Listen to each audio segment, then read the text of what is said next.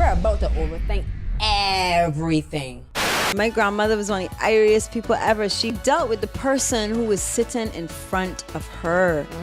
I don't see no color argument. Does feel like a place of, you're saying it from a place of privilege.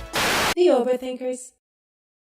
I had a conversation with one of my white girlfriends, and it was about men looking at, it's cool, it's good. Thanks. Men looking at white women as a ante up, as a step up. Yeah. We using vocal all the time, Neil. You got something to say? No. This is y'all show. All of a sudden, he's like, yeah. If I open my mouth, y'all may not have a second. No, episode. we need. I definitely need a male opinion on this one here, though. You ain't getting away. But Well, let me make the point first. Now, especially living in Barbados, we know that that's the adage, like, conception. You get a white woman, you step up in her life. Yeah. You get a white man, you step up in her life. That is it right there. I don't care who you are, where you come from. That was the template. And she was saying, for her, it's really insulting as a white girl. And she's blonde hair, blue eye, full white. It's in a mix down that's in white. Because she don't have it like that financially. So she's like, Nadia, y'all feel insulted as black girls when guys hit on us because you think that they're ignoring y'all for our complexion and stuff like that. But it's really insulting that they hit on us thinking that we have money to give. Yeah. Because not every white person in Barbados is balling. Yeah. And honestly, I see a lot of black girls my age that got more money than me, a white girl. And they got money for the hair and the clothes and the lashes and the nails and everything. Going out. And she ain't got a fraction of that money to spend on herself. But yeah, there's that. But she got that cash. Yeah. Yeah. What do you think about that, Daniel? I mean, when it comes to the issue of dating a white woman for certain benefits socially, right? I mean, that happens in society. I just think, as you said, it's very unfair because at some point, people, both white, black, Hispanic, whomever, they're looking for love. So when they meet someone, they fall in love. I'm talking about white women now. They fall in love. You know, they're expecting this man to care about them, and but they're only looking for a step up, as y'all are quite rightly saying. So I mean, this is something that's been happening, and not only in Barbados, but this happens all over the world, and not only black and white, but this happens with in India. They have some races that mix with other races. The same colorism crap again. It's the same colorism thing, right? Yeah. And I just think, like, personally, one should not go after someone for financial or social standing. It's all about love, right? So it don't make no sense I talking to this woman and she white because her father own or doesn't own, or she can get me into certain doors or whatever for my career. That's a waste of time, because at the end of the day, when those doors can't open or when the money gone or whatever, then what? You know what I mean? Or when they open full and you got everything and you look back at when you marry. It's a really touchy subject. I mean, people say that, we should just forget the past is dealt with. I've read a lot of articles in the newspaper. People say that it's our past now, and why do we keep harping on about it? Black people need to get over it. But I think, I really, really, really think that we have been taught history at school from a very narrow perspective. I want to reference a video. I'm not sure if we can put that in the lineup at some point, but a video called Britain's Forgotten Slave Owners.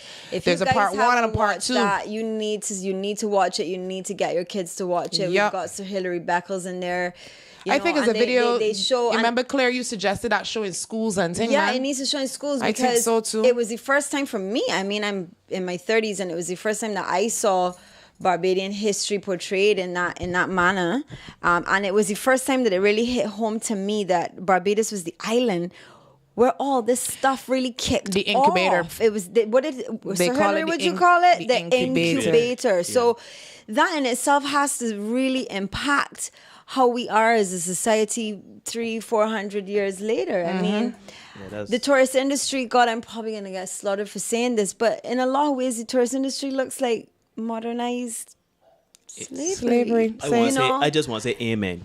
Continue. It really does, and I'm not disputing the fact that it doesn't bring in a lot of foreign exchange. I'm not disputing the fact that it provides a lot of jobs. But at the end of the day, you have majority of a certain color of persons who can afford coming on holiday, and the persons who are serving them are majority of a certain color.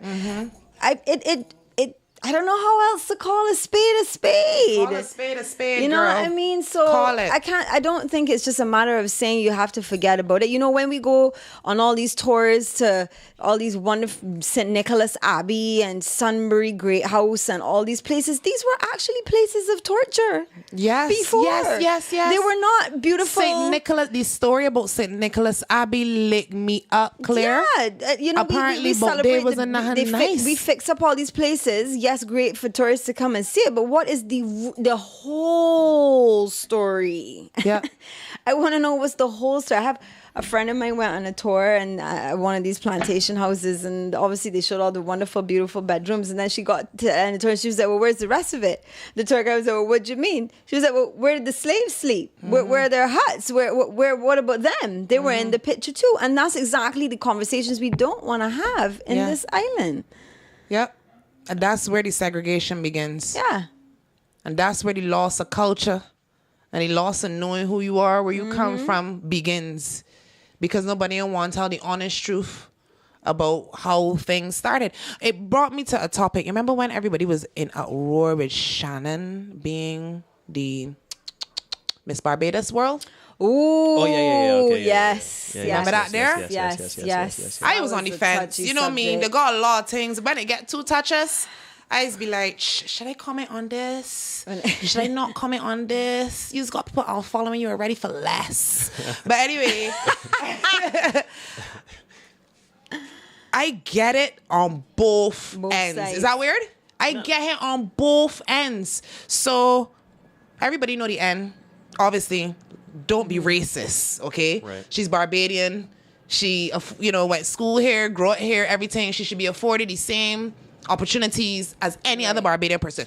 So that was the majority of the argument for most people. Right.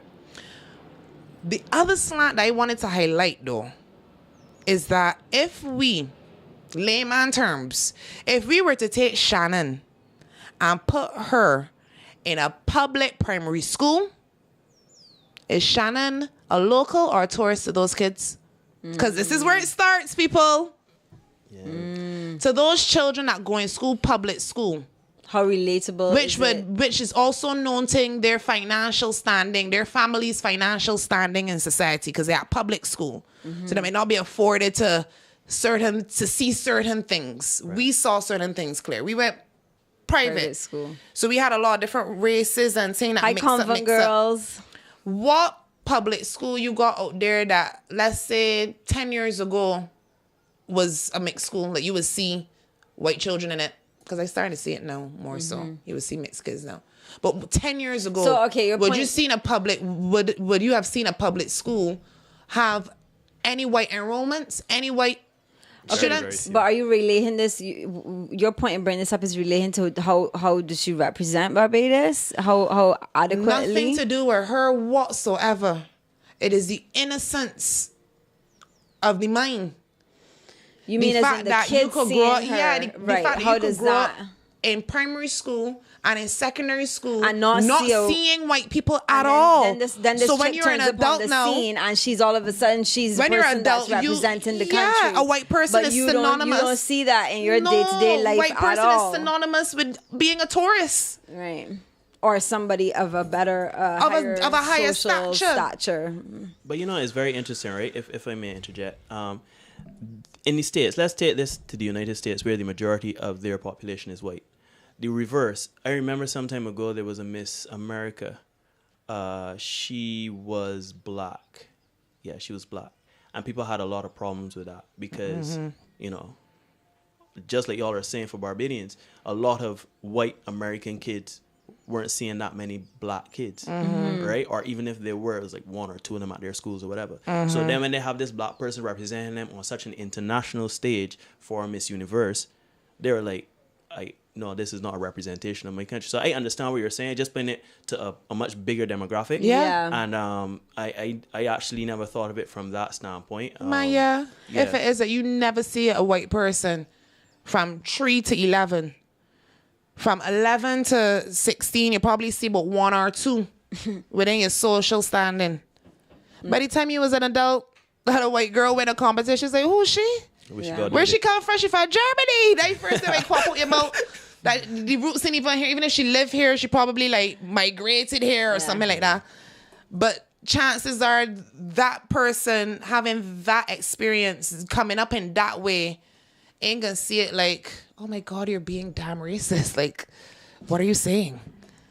I look forward to the day it's a non-issue, but I don't really know if do. that will ever come. I mean, whites are very, very I read small skin, and to fraction be quite as well. honest, I see all sides of the equation. Yeah. I go one part of the world, you get called white girl. I go another part of the world, you could see the black in it, all sorts. You know, you get mixed up. I mean, my grandmother was white lady, came from very, very high society. Father was a banker. She got married to a black Barbadian man. He was an engineer, moved over to England. Her parents stopped speaking to her, disowned her, you know, and she fell in love and she just didn't see color. And my grandmother was one of the iriest people ever. Whenever you brought friends over to the house, she never asked you where they come from, who were their parents. She dealt with the person who was sitting in front of her.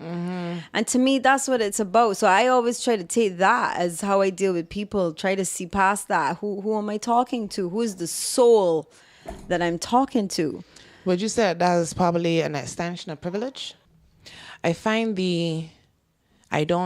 not saying that this is what your grandmother was doing, but I don't see no color argument does feel like a place of, you're saying it from a place of privilege. This is what I mean. Your grandmother never really concentrated on the color of the person. She had the opportunity to really meet the soul of the man. Whereas now, what I heard of my grandmother is that she wanted to make sure that her grandkids had a better life than she had, or that her kids had. So she actually, I don't know how true, but I heard that she actually suggested that her kids, and they were dark. My parents are, my dad and my aunts and stuff like that are very rich, dark, melanated people, and they were suggested to, you know, marry white. Marry up. Marry white, because then your offspring are going to be clear. And because of the whole caste issues and the colorism issues, that was her way of upping our privilege. So she didn't have the same comfort zone as your grandmother, where she could relax and, you know, have different experiences and not judge a man by the color of his skin, because she felt that she was being judged by the color of her skin. She felt that her husband was being judged by the color of his skin, and her children. So in her warped way, with her warped thinking, she was trying to help us. Yeah, she was actually thinking that would help our future. But that's how a lot of people back then used to think. The unfortunate thing is that I think that is something that still permeates into today's level of thinking. While it may not be as widespread as the generation or a couple of generations before us, there are people in Barbados that still look down upon their offspring dating someone of a different race or even a different religion, right? Because it just... Talk about that, boy. When I had my locks, I remember going to church one time and the pastor there telling the people that you must hold your kids' hands and guide them, because if not, they're going to follow Rastafari up and go up in the bush. Oh. And I just sitting down. This was in Barbados? Hells yes. Wow. I just sitting down there with all, my dreadies sprouting. You know the pastors, shout out to all the pastors and bishops right here in Barbados. Where they just fire the guns and don't look where they're aiming, nothing. They take to just fly out the mountain. I don't even think that it's not even a case of them looking. I think they don't care. I would even go as far as to say, I think for some of them, again, it goes back to the old school level of thinking, Rastafarianism and people with locks. So I see red skin women with Rasta locks now, so I definitely gotta be wayward. Back in the day, I wayward. I got problems. Or you going to a black culture. Yeah. All you got I black. what my about? You assume a whole black religion now, girl. Who you bout, B? Yeah, that's how it was back in the day. But and even now, you see people that are in Had the a court. couple family members don't even want to talk to you when you come in the house. Grunt. You know what I mean? So like, there are some people that, because they have locks, they find themselves in the court pages or whatever before the law courts or whatever, and people look at that and say that is what people with locks and people that follow Rastafarianism, that's what they do. That's their fate. Yeah, you know what I mean. Them men just live a Born life, criminals. right? which is not fair because, Nadia, for as long as I know you, you've had little dreads, or whatever, yeah. and I don't see you any differently than Claire, for example. But I never hold a charge. You understand? And Not powered. and to me, what you said was very interesting about seeing things from a perspective of privilege. Because for me, I don't see everybody with locks the same way. You know what I mean? I when I look at people with locks, right, I just see a person. I treat that person as a person. Or if you are a liar or a thief or whatever, that is who you are, not what your locks show me. You know what I'm saying? Of course. That's what your heart is showing me. So like it makes me kind of know we overthinking. I actually thinking now that maybe is this coming from a perspective of a privilege where no one judges me. Everybody, Right. you know what I mean? People Right. look at me and see, clean shaven, whatever. like your grandma. Exactly. So, I mean, there's I said it a little while before, it's an amazing topic. This is one topic. Yes. We have so many other things to touch on as What well else you too, want to but touch on? What else you going to touch we on are the today? Overthinkers, so we're staying true to our name and taking one topic and spending a whole hour. Because that's what we do.